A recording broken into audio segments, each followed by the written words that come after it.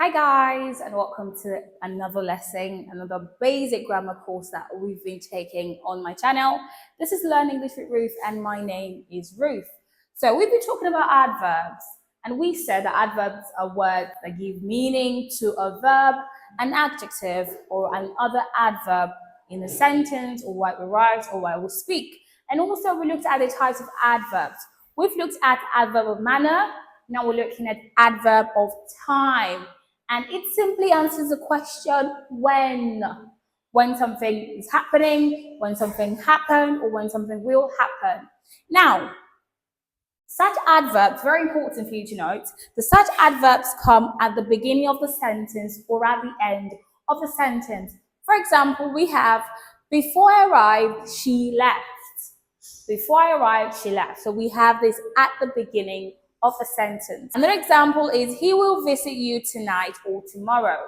Tonight or tomorrow. And you notice that the adverbs are at the end of the sentence. Tonight or tomorrow, telling you when. Let's look at other examples of adverbs as we have here on the board.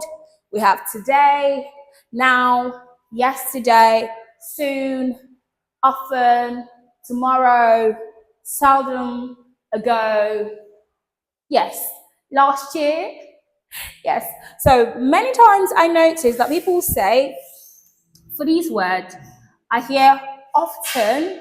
Well, I grew up to know that the T is silent. So I've heard a lot of people say often, often, often.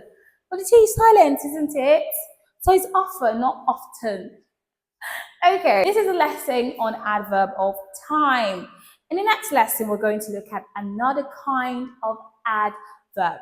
Now, if you've not subscribed to my channel, please, what are you waiting for?